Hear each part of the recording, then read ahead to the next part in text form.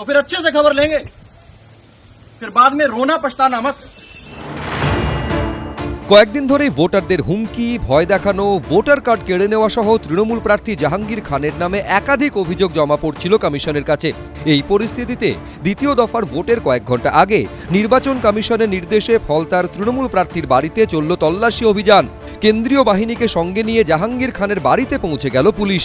তল্লাশি চালানো হলো তার গাড়িতেও। কিন্তু কোথায় তৃণমূল প্রার্থী জাহাঙ্গীর খান? স্থানীয় সূত্রে খবর, শেষ দিনের ভোট প্রচারেও দেখা যায়নি তাকে।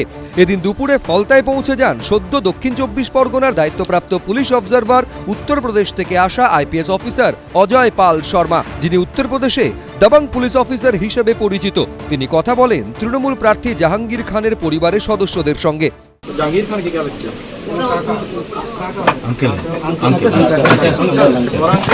उसके ड्राइवर का नाम क्या है? जहांगीर के ड्राइवर का नाम আমি জানি না। अच्छा, तुम जानते नहीं? तुम्हें क्या पता उसके बारे में? আমার কাকা শুধু এই ফোন করে। बस, और कुछ नहीं पता है। এলাকায় দাঁড়িয়ে কার্যত হুঁশিয়ারি দেন পুলিশ অবজারভার। जहांगीर के घर वाले भी खड़े हैं, उसको बता देना कायदे से। ये बार बार जो खबरें आ रही हैं कि उसके लोग धमका रहे हैं, तो फिर अच्छे से खबर लेंगे, फिर बाद में रोना पछताना मत। উত্তরপ্রদেশের এই আইপিএস অফিসার অজয় পাল শর্মা সম্পর্কে তৃণমূল সোশ্যাল মিডিয়ায় লিখেছে, যোগী আদিত্যনাথের রাজ্য উত্তরপ্রদেশ থেকে সরাসরি এক এনকাউন্টার স্পেশালিস্টকে বাংলায় নির্বাচনী ময়দানে নামিয়েছে নির্বাচন কমিশন। নাম আইপিএস অজয় পাল শর্মা, যিনি উত্তরপ্রদেশে সিংহাম নামে পরিচিত।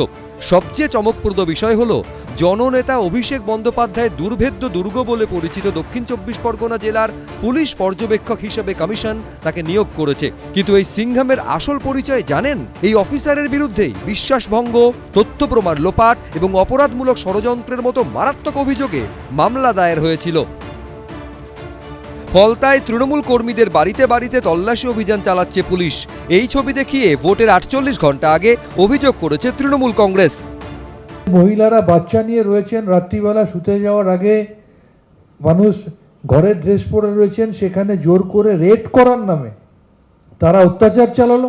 যারা যারা এই ধরনের ঘটনাগুলো ঘটিয়েছেন, আমরা কিন্তু কাউকেই ছাড়বো না। প্রত্যেকের নাম নথিভুক্ত করে উপযুক্ত তথ্য সম্মিলিত প্রমাণ দিয়ে প্রত্যেকের বিরুদ্ধে আমরা আইনগত ব্যবস্থা নেব। তৃণমূল কংগ্রেস করে দেখে এত বছর ধরে পুলিশ আর সিভিক ভলেন্টিয়ারদের নিয়ে করলো। তৃণমূল কংগ্রেস কি শেষ দেখবে? তৃণমূল কংগ্রেসটাই তো শেষ দেখার সুযোগ মানুষ আর দেবে না। সব মিলিয়ে ভোটের আগে ফলতায় পুলিশি অভিযান ঘিরে উত্তপ্ত রাজ্য রাজনীতি। পার্থপ্রতিম ঘোষ, কৃষ্ণেন্দু অধিকারী, রুমা পালের রিপোর্ট, এবিপি আনন্দ। এবিপি আনন্দ, এগিয়ে থাকে, এগিয়ে রাখে।